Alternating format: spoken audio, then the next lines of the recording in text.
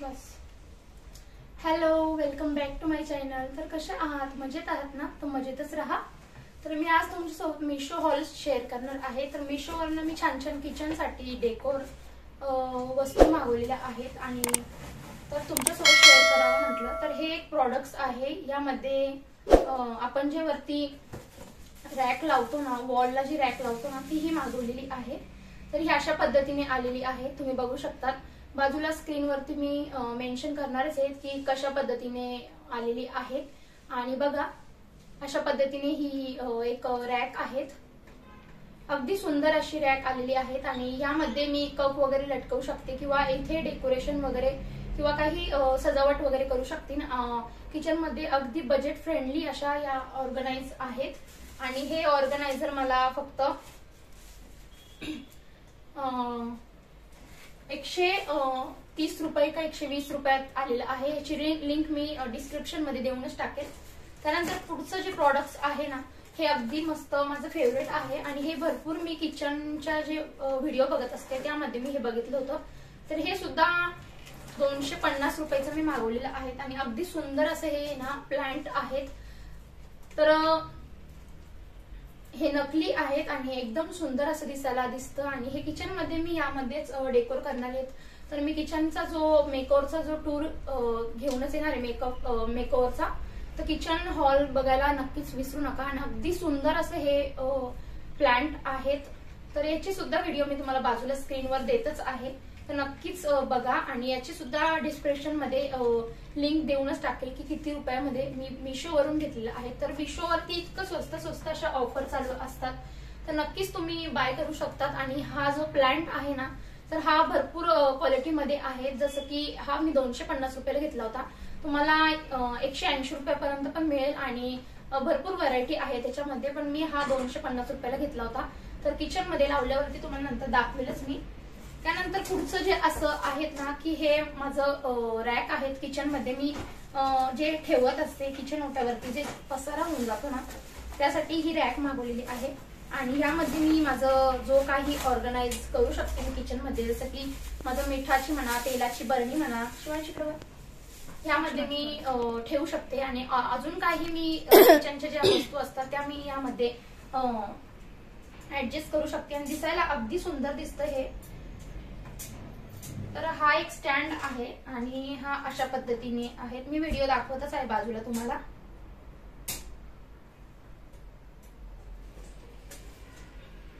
तर हा अशा पद्धतीने हा एक स्टँड मी मागवलेला आहे. आणि हा रॅक आहेत, म्हणजे ही छोटीशी मांडणी आहेत. आणि यामध्ये मी इथे मिठाची तेलाची बरणी आणि ही फोल्डेबल आहेत.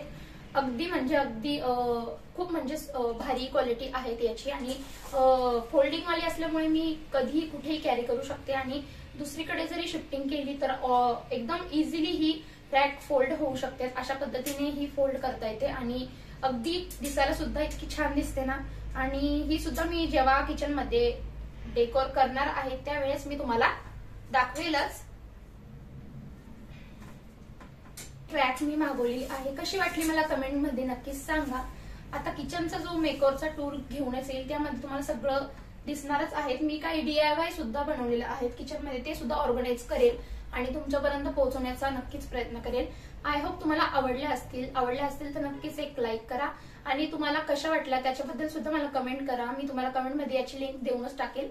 तर आता पुढच्या व्हिडिओला म्हणजे पुढच्या रुटीनला माझ्या सुरुवात करते. जो काही माझा त्यानंतर लगेच माझ्या रुटीनला सुरुवात केली. आणि काय होतं ना की रिकाम्या वेळेस हे जर कामं आपण केले ना तर आपलं घर अगदी स्वच्छ दिसायला लागतं. तसंच मग बघा, दुपारी मला भरपूर वेळ मिळाला होता आज. तर चला म्हटलं, आज आता इतकी सारी कपडे धुतलेली होती तर त्याची छान अशा घड्या घालून घ्यावा. तर सगळे कपडे, सुकलेले कपडे आज घरामध्ये घेतले. आणि इतका सारा ढीग धुवायला म्हणजे मला एकटीला हातानेच धुवावं लागतं. माझ्याकडे वॉशिंग मशीन नाही आहे त्यामुळे. आणि छान अशा सगळे कपडे सुकले होते. आणि शिवांशी एकीकडे मस्ती तुम्ही बघूच शकतात. आणि काय होतं ना की एकीकडे माझ्या घड्या घालण्याचं काम चाललं होतं आणि एकीकडे छान असं शिवांशला सुद्धा टाइम स्पेंड करत होते शिवांसोबत. काय होतं ना की आपण बायका घरामध्ये एकटं असलं की आपल्याला सुद्धा करमत नसतं. तसंच आपले जे मुलं असतात ना, तर आपण कोणत्या ना कोणत्या कामामध्ये इतकं बिझी असतो ना की आपल्याला मुलांकडे टाईमच नसतो मुलांशी बोलण्यासाठी किंवा मुलांसोबत टाईम स्पेंड करायलासुद्धा इतका टाईम नसतो. आणि दिवसभर घरातली कामे, त्यानंतर मग आपण स्वतःसाठी वेळ काढतो किंवा थोडासा मोबाईल बघतो. पण मुलं काय करतात की मुलं खूप कंटाळून जात असतात, कारण त्यांच्या जोडीला एकटे जर असले तर त्यांच्या जोडीला कोणी सोबतही नसतं किंवा आजूबाजूला जे असतात आपण त्यांच्याकडेही जास्त म्हणजे पाठवत नसतो. आणि ऐनवेळी आपण काय करतो ना की आठवड्यातून एकदा मुलांना असं बाहेर कुठे नेलं पाहिजे किंवा घरामध्येच आपल्याला जर टाईम मिळत नसेल तर असा टाईम काढून आपण मुलांसोबत टाईम स्पेंड करू शकतो. तर बघा, रिकाम्या वेळेत माझ्या घड्या घालणंसुद्धा होतं आहे. आणि माझा जो मुलगा आहे तो म्हणजे एकटाच खेळत असतो आणि मला कधी कधी म्हणजे खूप हे होतं की एकटाच तो खेळत असतो आणि त्याला बघून मग थोडंसं मी त्याच्यासोबत टाईम स्पेंड करत असते आणि छान छान त्याच्यासोबत एकीकडे गप्पा गोष्टीसुद्धा चालू होत्या आणि त्याला असं बिझी ठेवण्याचा प्रयत्न करत असते. आणि किचनमध्ये देखील मी काही जर क्लिनिंग वगैरे किंवा भांडे वगैरे स्वयंपाक करत असेल त्यावेळेससुद्धा मी शिवांसोबत गप्पा गोष्टी चालूच असतात. आणि हॉलमध्ये जरी तो खेळत असेल तर त्याला मी एकीकडे आवाज देतच असते, सांगत असते की काय करतोयस तू,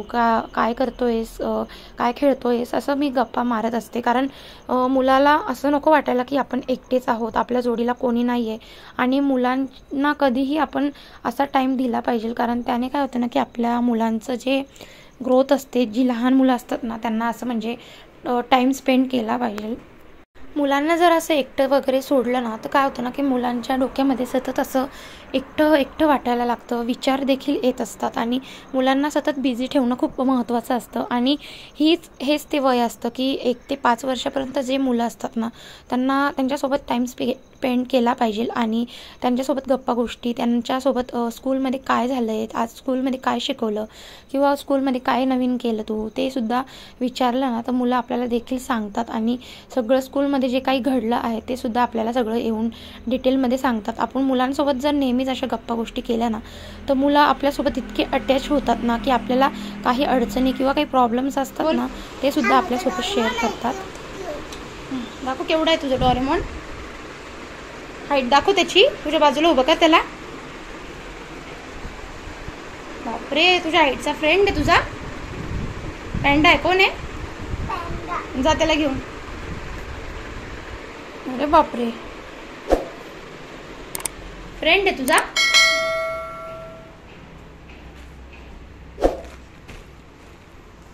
खेळ त्याच्यासोबत आता.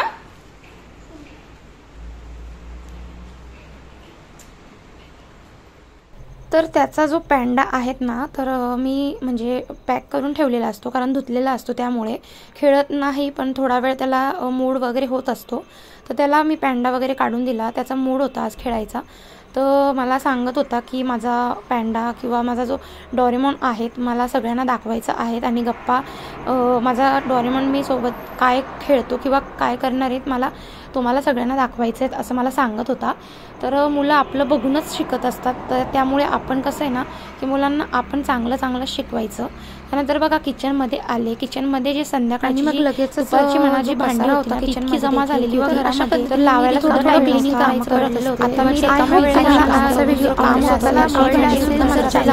सबस्क्राईब देखील करा, बेल आयकॉनला प्रेस करा, व्हिडिओला एक लाईक नक्कीच करा आणि कमेंट देखील करा. तर भेटते आता पुढच्या व्हिडिओमध्ये. तोपर्यंत सगळ्यांना श्री स्वामी समर्थ.